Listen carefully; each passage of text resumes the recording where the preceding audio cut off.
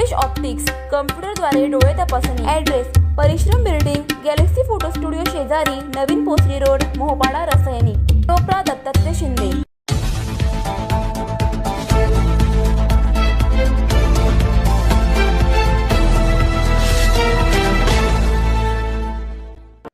मंगेश काळोखे हत्याकांड प्रकरणात 24 तासात फरार मुख्य आरोपीसह एकूण 9 जणांना अटक करण्यात पोलिसांना यश।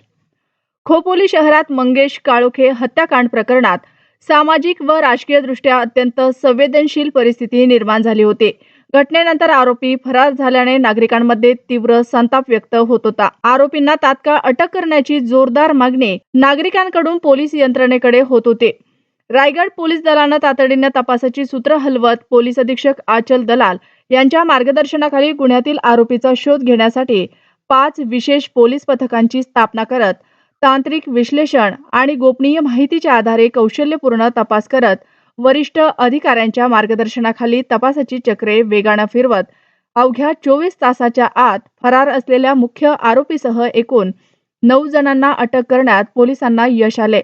अटक करण्यात आलेल्या आरोपींमध्ये रवींद्र परशुराम देवकर, दर्शन रवींद्र देवकर, धनेश रवींद्र देवकर, उर्मिला रवींद्र देवकर, विशाल सुभाष देशमुख, महेश शिवाजी धायतडक, सागर राजू मोरे, सचिन दयानंद खराडे आणि दिलीप हरिभाऊ पवार यांचा समावेश आहे।